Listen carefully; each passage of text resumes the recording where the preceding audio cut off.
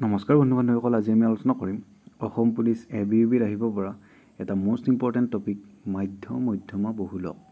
যদি আপুনি আমাৰ চেনেললৈ প্ৰথমবাৰ ভিজিট কৰিছিলে তেতিয়াহ'লে ভিডিঅ'টো এটা লাইক কৰি চেনেলটো ছাবস্ক্ৰাইব কৰি ৰাখিবা আগলৈ এনেধৰণৰ ভিডিঅ' পাই থাকিবৰ বাবে। ইয়াৰ আগতে যদি আপুনি মধ্যমা বহুলকক ভয় কৰিছিলে বা কনফিউজ খাইছিলে মধ্যমা একে নিচিনা লাগে দেখোন বুলি, এই ভিডিঅ'টো চোৱাৰ পিছত আপুনি কনফিউজনটো আঁতৰি যাব। লগতে যদি মধ্যমা বহুলকৰ ওপৰত আপোনাৰ অকণমানো জ্ঞান নাই তেতিয়াহ'লে এই ভিডিঅ'টো চোৱাৰ পিছত আপুনি যদি এক্সাম হলত বহিব যায় তেতিয়া তুমি ভাবিবা যে মধ্যমা বহুলকৰ কুৱেশ্যন আহিছে নেকি, চাওঁ ৰ'বাচোন, সেইকেইটা মই পাৰোঁ মানে ইমানখিনি কনফিডেঞ্চ তোমাৰ আহি যাব। গতিকে ভিডিঅ'টো শেষলৈ চাই থাকিবা আৰু যদি ভিডিঅ'টো ভাল পোৱা চেনেলটো ছাবস্ক্ৰাইব কৰিব নাপাহৰিবা। ঠিক আছে, এতিয়া আমি কুৱেশ্যনলৈ আহোঁ। ফাৰ্ষ্ট কুৱেশ্যন দিয়া আছে 2, 3, 4, 5, 6 মাধ্য কিমান? মাধ্য কিমান? এতিয়া মই কি কৰিম, মাধ্য কি বস্তুটো?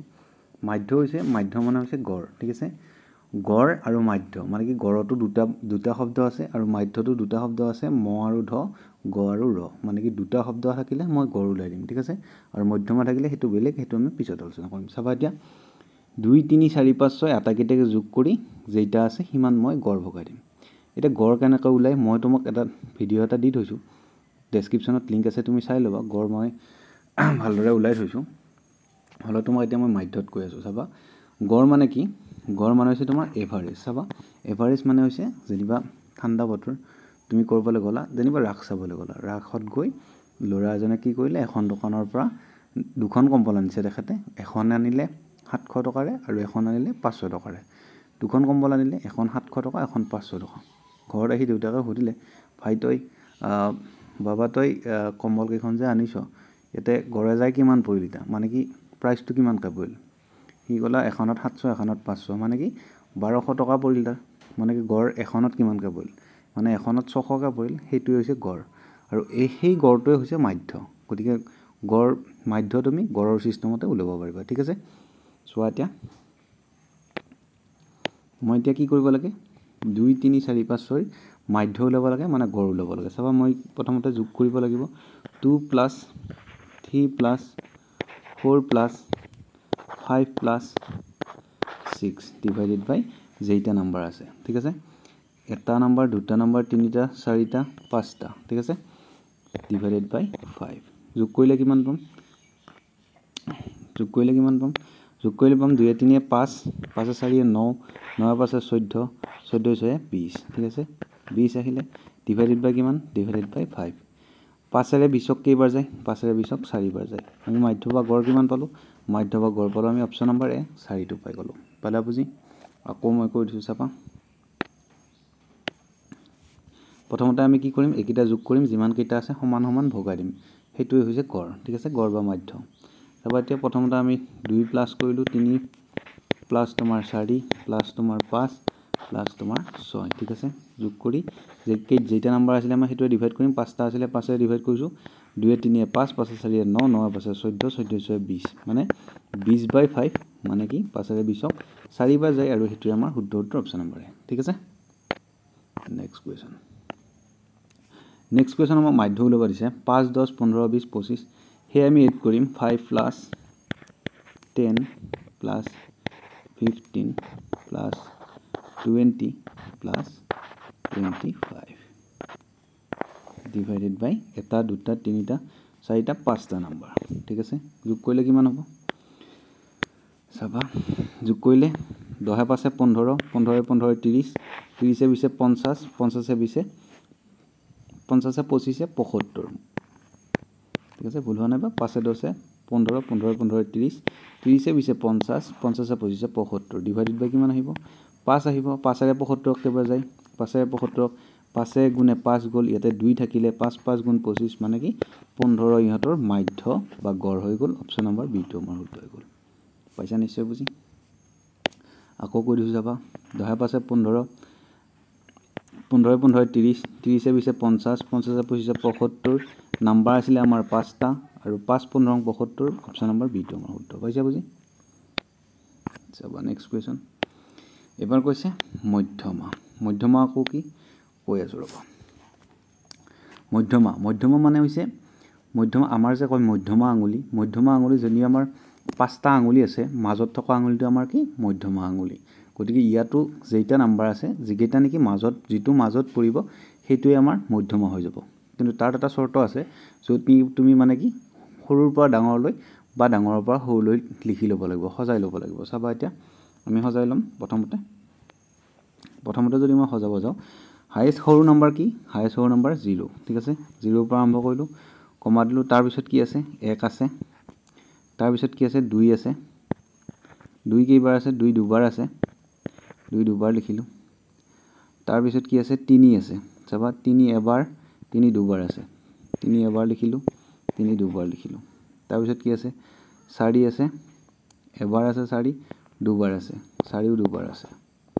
4 দুবাৰ আছে। 5 কেইবাৰ আছে? 5 এবাৰ আছে, এবাৰেই আছে। 6 কেইবাৰ আছে? 6 এবাৰ আছে। আৰু 7 কেইবাৰ আছে? 7 মোৰ এবাৰ আছে। নম্বৰ কেইটা আছিল? 1 2 3 4 5 6 7 8 9 10 11টা। 1 2 3 4 5 6 7 8 9 10 11টা, ঠিক আছে। 11টা হৈ গ'ল আমাৰ। সৰুৰ পৰা ডাঙৰলৈ আমি লিখি ল'লোঁ।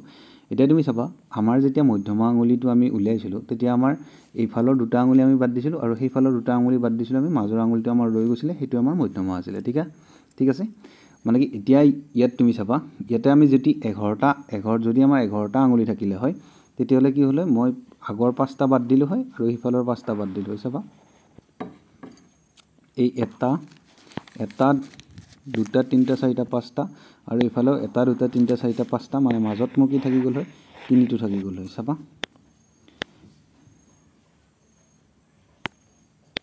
চোৱাতে তুমি ইফালৰ পৰা মই 1 2 3 4 5টা এই 5টা বাদ দিলোঁ আৰু ইফালৰ পৰা 1 2 3 4 5টা এই 5টা বাদ দিলোঁ।